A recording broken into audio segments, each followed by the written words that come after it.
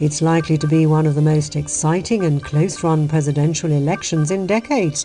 Over 500,000 Cypriots vote for a new president for the next 5-year term. Turkish Cypriots living in government-held areas will get the vote for the first time, and provisions have been made for papers to be in Turkish. This election comes at an important crossroads in establishing a new direction for the Republic of Cyprus. The choice of president is seen as crucial in the way the country moves forward with the ongoing Cyprus problem and its relationship with the North. Candidates have been thrashing it out in US presidential election style with live TV debates to woo the public, and have grasped the power of the internet to showcase their views with their own websites. With voting mandatory, turnout is expected to be around 93 to 94%, and polling centres are open from 7 a.m. to 5 p.m. Many Cypriots living abroad have had to make long journeys to vote in these elections. 8,000 staff and police island-wide have been drafted in to supervise and oversee the procedures. 134 centres will open for voting in Paphos.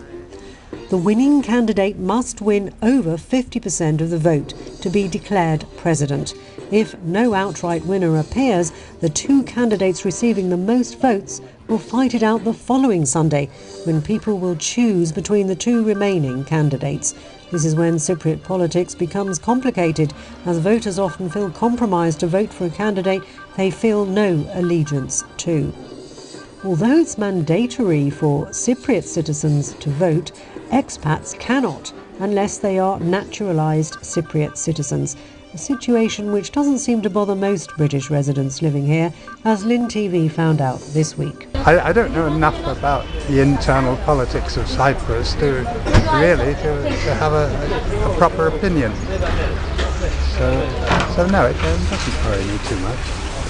What sorts of changes would you like seen in Cyprus with this new president? I hadn't really thought about it, quite honestly. Just something we've never really thought. You know, we've only been over here a year. I know, because I don't understand the language. I wouldn't know what I was voting for. You need to know the language, don't you? No. It would appear that Cypriot politics are alien to the majority of expats, who struggle to understand the nuances of each party's manifesto and say even if they could vote, they'd rather let the Cypriots run their own country. Well, I don't think nothing of it at all. It doesn't worry that you can't vote? No, not at all. It belongs to Cypriots, so that's it. You know, I mean, I go along with what they're doing. And how long have you been living here, sir? Just over 4 years. The difference in the language barrier, which I suppose is down to us we should learn Greek, or should be more accomplished at Greek to understand, really. Are you frustrated that you can't vote? No. Why not? You'd like to vote back at home, wouldn't you? Not particularly.